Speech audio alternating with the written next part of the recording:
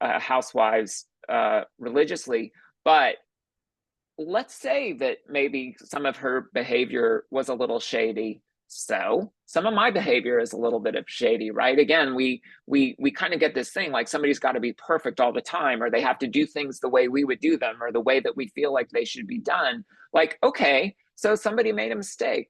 That's all right. You know what I mean? Like parents make mistakes with kids all the time, not to the extreme of mommy meanest, but it's okay to make a mistake and then reassess and do something else. We live kind of in this cancel culture now where there's no bridge back, and I feel like that's really harming us. And so when you have somebody like Lisa, who of course the shade and the hate is hurtful, she's a performer, she wants to feel the love of an audience, but to kind of rise above it and even accept, right, okay, there's a certain part of the Real Housewives fans that do not like me, and maybe even some cast members that do not like me, but that's not going to stop me from living my best life.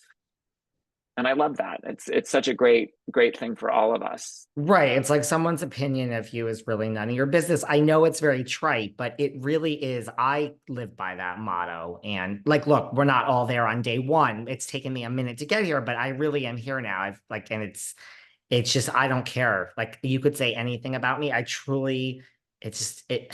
just doesn't bother me at all. I look at other people and I'm like, how can we get you here? Because that's the place that you want to be. It really is. It's very freeing. I struggle with it. I have insecurity issues myself. And again, part of that serves my writing. So I'm grateful to be in touch with them.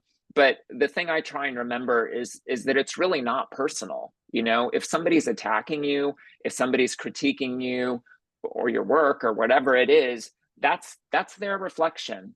And again, no shade on that person. They can have their opinions, but that doesn't have to define me, right? And I think when we're stronger for that, we're better off, because there's also a facet of society that just gets wounded and then that's it, they're victims forever, and that's not a way to live either.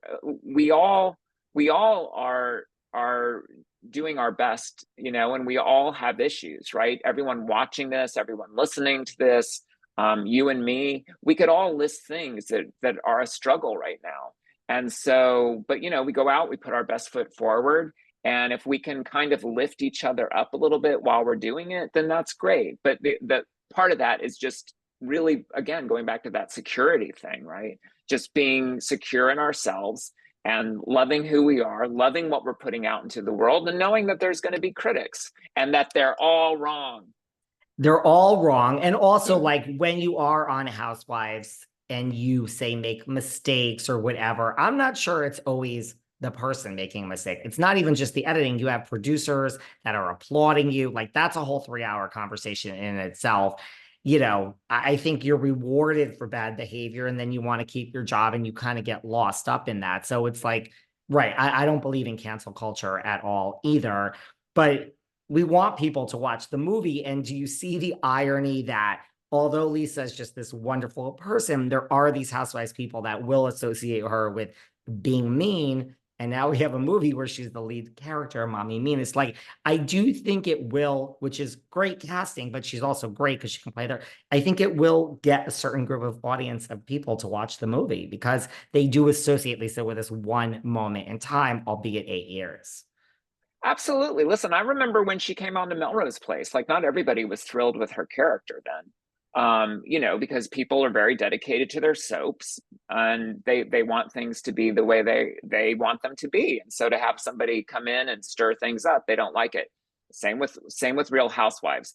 The genius of Lisa, even before I was lucky enough to get to know her, was that I knew obviously what the reputation from Housewives. And so hate watch her then. You know what I mean? Like tune in and watch this mom make very terrible decisions and drive her daughter to almost killing herself, and don't like the main character, right? I mean, you look at Larry Hagman, going back to Dallas, hating JR was like fantastic. And he also, though, he had that 10% of humanity that he played so well. I think Lisa does the same in this movie too. You see little moments of vulnerability, and it terrifies her character to let that out.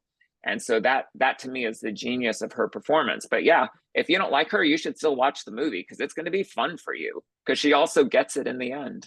Well, it's like when people come after me and they're like, here are all the reasons why I hate you. And it's like, you just quoted like 19 different episodes that I have done. And basically, you're listen to every word I say. So feel free to keep That's right. hate listening by all means. It's like, these are such detailed things you're mad at me about. Like, you've obviously listened. These are across like 29 episodes. So keep it going. It's Well, so and true. like, yeah, go I on. was just going to say, the other thing too that I think not everyone realizes is both in scripted and unscripted, there are so many decisions being made behind the scenes that none of us have control over, even me, the writer. Even as we develop this script, somebody new would come in at Lifetime and be like, they'd have their opinion, or certain focus groups, would think this, or, another movie didn't do well, or, this isn't exactly the same kind of thing. So there's all these decisions that go into what you see finally on screen. And the same is true for Real Housewives. That franchise is so huge and so corporate that they're making decisions behind the scenes that then affect what you see on screen. So you just really can't pin it all on the shoulders of one person. And to do that is really unfair. And I think what is extra unfair is when other actors or unscripted stars do that when they should know better. I mean, there's always more to the story. There really, really is. And so maybe just a little less hate. And I have to remind myself of this too. I want to rage. I watch the news and get super mad. But there's just so much going on that we don't know, that we don't understand. And that is so true for scripted and unscripted TV and the Housewives. Yeah, I mean, that's why when I watch all this stuff and then have to talk about it, I have an opinion, but not really, because I do know how it's made. And then there are so many things we don't understand. And to me, it's like I judge you based on my experience with you in real life. It's like this person, okay, they're great. That's my benchmark for this. I mean, I don't really care what happens on the TV, but I do think people lose sight of it. Yes. Yeah, and I think, by the way, that's what's so great about, the 100 episodes of yours I've listened to. I know I have 900 to go. But I think the other thing we're missing sometimes, in some podcasts, but in society as well, is raw, honest opinions. And that's what I really love about your show, is that, you're not just kissing, or worshiping at the altar of the Housewives. If you have an opinion that differs, you're going to say it. And that's great. It doesn't mean you're not a fan of the show. It doesn't mean you don't appreciate the culture. It doesn't mean you don't want to have so and so on the show. You're just expressing your opinion. And I feel like that kind of honesty is needed a little bit more in the media as well, even in unscripted, because otherwise we're just trying to serve this corporate beast